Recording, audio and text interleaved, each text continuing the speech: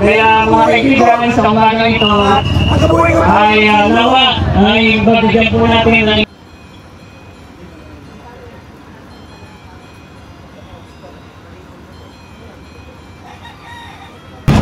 ako ang halpakan ng umiga. Ang Biblia mo, sulat lang ng Satanas. sige. Kahit papamatihon niya na sinusipin yung mata na mo ng Satanas. Siya lang ang Satanas. Palagong ko lang Biblia. Tugay na.